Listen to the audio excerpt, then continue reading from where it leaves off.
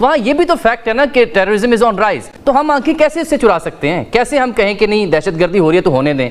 SCO का platform क्योंकि एक इंतहाई अहमियत का हामिल है, क्योंकि अब हमें दुनिया जो है हमारे पे डॉलर निछावर करने को तैयार नहीं है। हमारे चाहे दोस्त हों चाहे दूसरे क्रेडिटर्स हों, वो कहते हैं अपने घर को इन ऑर्डर करो और उसके बाद बात करो। कि डॉक्टर जयशंकर भारत के जो मिनिस्टर फॉर एक्सटर्नल अफेयर हैं, उन्होंने जो स्टेटमेंट जारी की उसमें उन्होंने पाकिस्तान को बड़ा जिसे कहते हैं ना टारगेट किया है। प्राइम मिनिस्टर मोदी तो गए नहीं वहाँ जयशंकर जी गए, लेकिन जयशंकर जो है उनकी मुलाकात वांगली से हुई है कि जी ऐसे ममालिक जो दहशतगर्दी को स्पॉन्सर करते हैं, क्रॉस बॉर्डर टेररिज्म को सपोर्ट करते हैं, इंटरनेशनल कम्युनिटी को उनको आइसोलेट करना चाहिए, टारगेट करना चाहिए।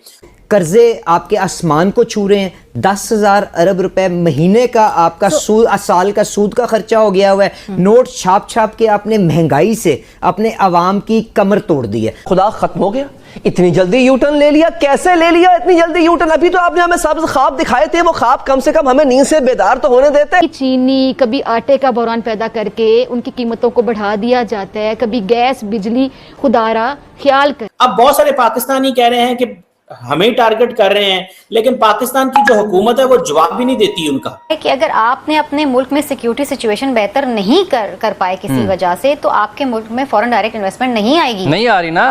ये जवाब ना देना क्या आप समझते हैं सही स्ट्रेटजी है? और पाकिस्तान जब कश्मीर का जिक्र करता है तो सॉवरेनिटी की बात करता है, या ये कहता है कि जी यूएन सिक्योरिटी काउंसिल रेजोल्यूशन के तहत जो है डिस्प्यूटेड मसले हल करने चाहिए। ये पाकिस्तान ने इतनी कमजोर क्यों पोजीशन ली हुई है? और भारत जो इतना असर्टिव है, पाकिस्तान उसका जवाब भी नहीं दे पा रहा। और अगर हम नहीं करते तो क्या हमने 70 साल के अंदर उसका नतीजा नहीं देख लिया? मतलब बड़ी अजीब सी बात है कि जब तक बंदूक की नली उस तरफ थी, रशिया पे थी, तो मर्दे मुजाहिद थे।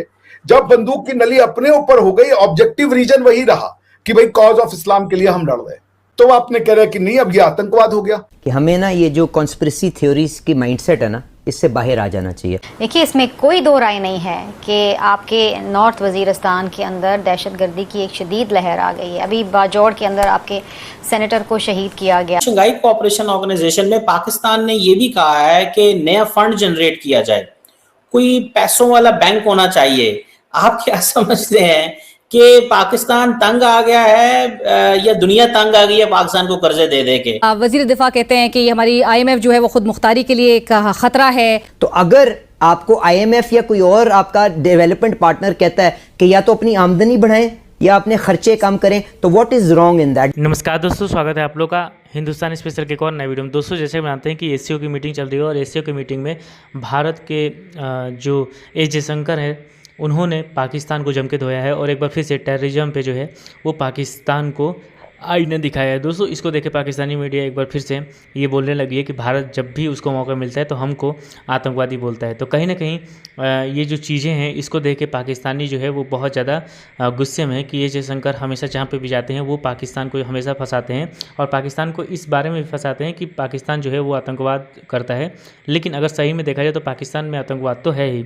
रोज़ पाकिस्तान में TTP उनको मार रही है और दूसरी तरफ वो POK में जो है वो आतंकवादी कैंप जो है वो बैठा के बैठे हैं, जिसको वो फंडिंग करते हैं, जो फंडिंग जो है वो इंडिया के खिलाफ की जाती है। तो कहीं ना कहीं एस जयशंकर ने तो बहुत अच्छी बातें की हैं, लेकिन इसको देख के पाकिस्तानियों को काफ़ी ज़्यादा जलन हो रही है कि जो भारत है वो हमारे साथ ऐसा क्यों कर रहा है। लेकिन जिस प्रकार की स्थिति पाकिस्तान की है और जिस तरीके से पाकिस्तान इतनी गरीबी के बाद भी आतंकवादियों को फंडिंग कर रहा है, उसके बाद से तो ये सब बनता है। और इसीलिए जो पाकिस्तानी जो भारत के जो एस जयशंकर हैं उन्होंने पाकिस्तान को आईना दिखाया। तो चलिए वीडियो में चलते हैं, देखते हैं पाकिस्तानी मीडिया का इन सब चीज़ों पर क्या रिएक्शन है। क्यों कर रहे जी इंडिया पाकिस्तान की? इसलिए कर रहे कि वहाँ पे क्योंकि दोनों की पार्टिसिपेशन थी, रिप्रेजेंटेशन थी। पाकिस्तान के प्राइम मिनिस्टर ने स्पीच की और उन्होंने टेररिज्म की बात की और कहा कि इसको रोकना चाहिए और जो गवर्नमेंट या कोई कंट्री अगर उसको सपोर्ट करता है तो ये नहीं होना चाहिए। बेसिकली उनका इशारा जो था वो था अफगानिस्तान की तरफ। लेकिन क्योंकि वहाँ पे डॉक्टर जयशंकर साहब भी बैठे हुए थे और वो भी इंतजार में थे क्योंकि उन्होंने भी अपनी स्पीच करनी थी, तो उन्होंने फिर अपने तोपों का रुख जो है वो पाकिस्तान की तरफ और साथ साथ में चाइना की तरफ कर दिया। तो क्या हो सकता है? क्या हम मतलब इन चीज़ों को, ठीक है मैं ये तो नहीं कहा कि ये सीरियस बात नहीं है, सीरियस है तो बात इतने बड़े फोरम पे होती है, लेकिन इसका सलूशन कौन, कहाँ और कैसे ढूंढेगा? सर, पहली बात की क्या टेररिज्म एक मिलिट्री प्रॉब्लम है? क्या टेररिज्म एक लॉ एंड ऑर्डर का प्रॉब्लम है? या टेररिज्म एक डॉक्ट्रिनल प्रॉब्लम है? टेररिज्म क्यों हो रहा? ठीक है ना, और किस टेररिज्म की बात करें, क्योंकि दुनिया में जो यूज ऑफ वायलेंस है टू फर्दर वंस कॉज, यानी कि हिंसा करके और अपनी बात को मनवाना जो है, उसके कई तरीके से मैनिफेस्टेशन होते हैं। मगर जिस टेररिज्म को शहबाज शरीफ साहब एज अ वजीर आजम जो मेंशन कर रहे थे, क्या वही terrorism India in the form of S Jaishankar साहब कह रहा था? अब आप देखिए, एससीओ समिट अस्ताना में हो रही है, उधर दोहा में हो रही है यूनाइटेड नेशन स्पॉन्सर्ड आपका summit with Doha summit Afghanistan के हवाले से। जी, अफगानिस्तान के तालिबान कह लें बेसिकली, ठीक है, अफगानिस्तान के हवाले से कह लें। जरूर। वहां पे तालिबान जो कह रहा है कि हम गवर्नमेंट ऑफ इंडिया के साथ अपना सपोर्ट शो करते हैं, गवर्नमेंट ऑफ इंडिया हमें हमारे सारे बात से एग्री करती है, उन्होंने जो भी क्रिकेट मैच भी हुआ उस पर भी इंडिया को आगे जाकर के पूरा का पूरा क्रेडिट दिया, क्यों दे रहे हो? तालिबान बनाया किसने?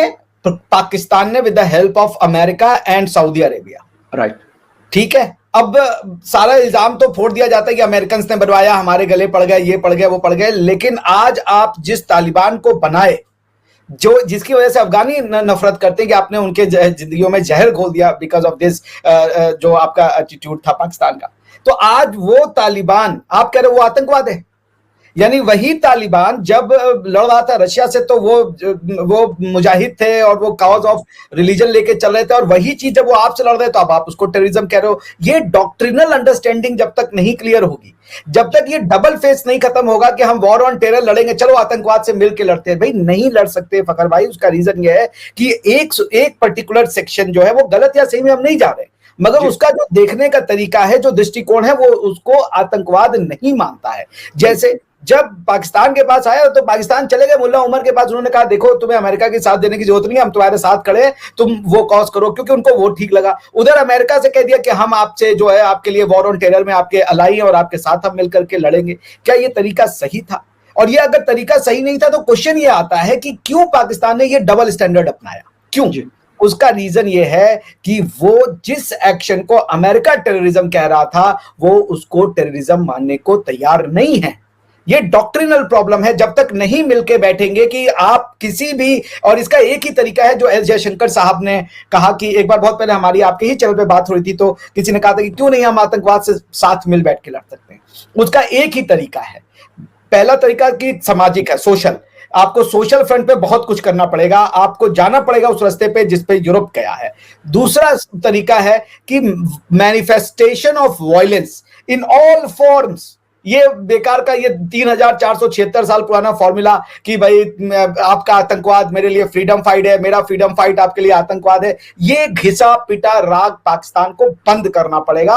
उनको ये कहना पड़ेगा कि there is no cause for which violence can be a justifiable means, अगर वो यूएन चार्टर को गुड फेथ में मानते हैं तो। भाई बात ये है कि बैठ के डॉक्ट्रिनल समझो, आप रिलीजन को पर्सनल मैटर बना दीजिए, बाकी का मैटर छोड़ दीजिए लोगों के ऊपर। वो पॉलिटिकल सिस्टम डेमोक्रेसी कह लीजिए, ऑटोक्रेसी कह लीजिए, राजशाही लानी है राजशाही ला दीजिए, जो लाना है ला दीजिए, जरगा लोया लाना है जो लाना है ला दीजिए, मगर रिलीजन को उससे अलग आपको करना